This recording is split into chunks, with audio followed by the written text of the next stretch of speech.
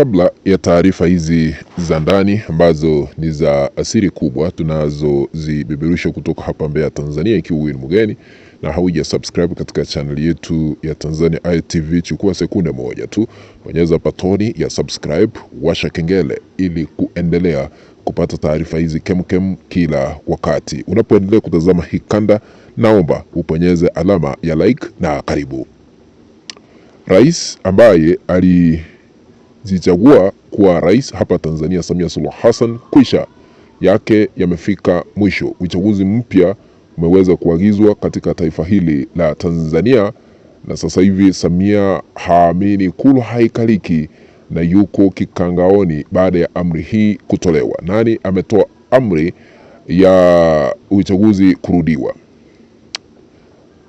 Kiongozi ama viongozi wa chama cha Chadema walikuwa na mkutano maalum, kisha wakatoa mapendekezo 10 ama kauli 10 ambazo zitafuatwa dhidi ya serikali haramu ambayo ipo mamlakani, inaongozwa na Rais Samia Suluhu Hassan. Sasa wamesema hivi, wamepitisha kauli ya kwanza, wanataka uchaguzi urudiwe katika taifa hili la Tanzania. Wametoa amri hiyo kwa kile ambacho wanasema uchaguzi haukufanyika mwaka jana. Kilichofanyika ni watu kujichagua ili kutawala, hawakuaminiwa, hawakupigiwa kura. Sasa amri imetolewa kwamba lazima uchaguzi urudiwe hapa Tanzania. Pili, wamesema ya kwamba wanataka tume mpya ya kuchunguza maafa nchini Tanzania ya mwaka jana iundwe, wala sio ya Jaji Chande, huku wakisema tume hiyo ihusishe watu kutoka mataifa mbalimbali, mataifa ya nje na hapa Tanzania, ili kuwa na tume huru, tume ambayo italeta haki, tume ambayo itazingatia yale yote ambayo yanastahili, kujua ukweli halisi wa mambo, idadi ya walioangamia na wale ambao wamejeruhiwa, chanzo na ni nani aliagiza watu hao kupigwa risasi, kwa sababu tume ya Jaji Chande ilikuwa tume ya kumsafisha Samia Suluhu Hassan. Tatu, wamesema wanataka tarehe halisi iweze kutangazwa kupitia jaji mkuu mahakama hapa Tanzania. Tarehe itangazwe ya kesi ya Tundu Lissu kuhusiana na uhaini itasikizwa lini, kwa sababu wamenyamazia, hawasemi chochote, kumaanisha kuna njama mbaya dhidi ya Tundu Lissu Antibas. Wanataka tarehe halisi ziweze kuachiliwa, kesi itafanyika lini. Tena namba 4, wamesema ya kwamba fidia itolewe kwa familia, hasa wale ambao walipoteza maisha yao na wale ambao waliweza kujeruhiwa. Fidia itolewe ili kuonyesha haki na uwajibikaji kwa familia zile ambazo zilipoteza wenzao.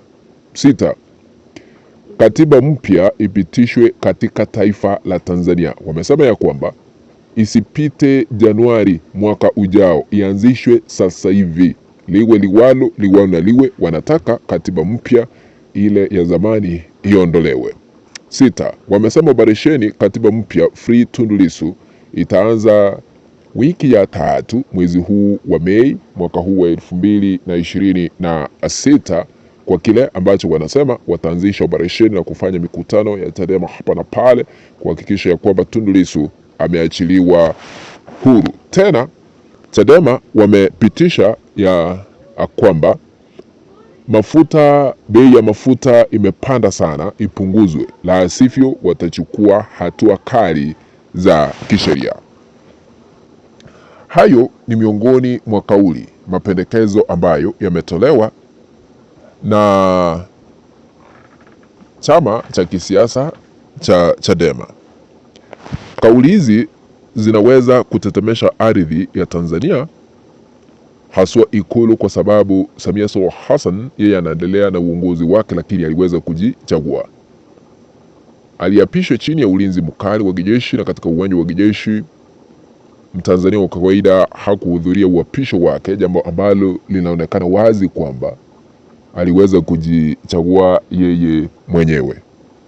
Na sasa amri imetolewa na Chadema kwamba baada ya kukubaliwa na mahakama kuanza kufanya mikutano, wataleta mabadiliko makubwa hapa Tanzania, kuagiza uchaguzi mpya Tundu Lissu aachiliwe huru, familia zipewe fidia, katiba mpya ipitishwe, kesi ya Tundu Lissu isikizwe, tarehe zitolewe na majukumu mengine ama masuala mengine muhimu. Kwa nini wanakataa tume ya Jaji Chande? Wanasema ile tume ilikuwa inamsafisha Samia. Hamuna haki ambayo iliweza kufuatwa. Jaji Chande yale ambaye alikuwa anazungumza ni kama ameandikiwa tu. Hakuna uchunguzi ulifanyika. Wakati walianzisha uchunguzi kuhusiana na maafa, vyombo vya habari vilikuwa vinarusha ama kupeperusha matangazo yale. Tukaona watu vile wanalia, watu vile wamepoteza wenzao, miili haipo. Kisha baadaye wakaamua hii haitasafisha Samia, wakasimamisha mambo ya vyombo vya habari kufuatilia yale ambayo ushahidi ulikuwa unatolewa. Baada ya kuzima vyombo vya habari, Jaji Chande anakuja baadaye na kusema ya kwamba miili yote ilipatikana, iliweza kutambuliwa zaidi ya 485, ila tu 9 ndio haikutambulika kulingana na yeye. Sasa hamna yeyote ambaye anaamini ile tume ya Jaji Chande, ndio maana wamesema ya kwamba wanataka tume iweze kuteuliwa mpya. Na hivi majuzi tuliona taifa lile la Marekani likifutilia mbali ripoti ya Jaji Chande, wakasema hiyo hata waipige rangi, ukweli hauwezi kufutika. Watu waliuawa na aliyeamrisha watu kuuawa ni Samia Suluhu Hassan. Umoja wa Mataifa umekuwa ukisisitiza ya kwamba lazima tukuwe na uchunguzi kujua ukweli halisi wa mambo. Najua Samia anaogopa mahakama ya kimataifa ya uhalifu ambayo ipo pale Uholanzi ya ICC. Kesi ishawasilishwa pale, wataanzisha uchunguzi. Uzuri hata hii tume ambayo ilikuwa inamsafisha Samia Suluhu Hassan ilikubali kwamba watu waliuawa, akasema ni 518. Hata tungepata kesi moja, mahakama ya ICC inafuata ushahidi, hata iwe ni mtu mmoja ambaye ameaga dunia. Lakini sasa ile tume ikasema ni 518, idadi ambayo imetosha zaidi ya kiwango kile ambacho ICC inatumia. Kwa hivyo tusisherekee wale ambao tuko katika serikali ya CCM. Nazungumzia wale ambao mko serikalini. Mambo bado ICC na wakujia. Lazima kitaeleweka, lazima haki patikane, demokrasia izingatiwe, watu waanze mambo ya utekaji nyara ufikishwe mwisho, mambo ya ukandamizaji ufikishwe mwisho.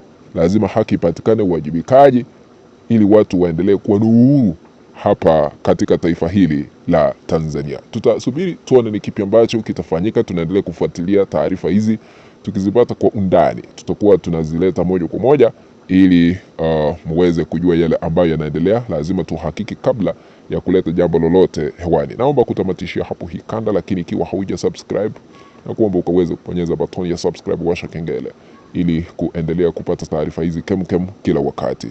Kwa heri kwa sasa.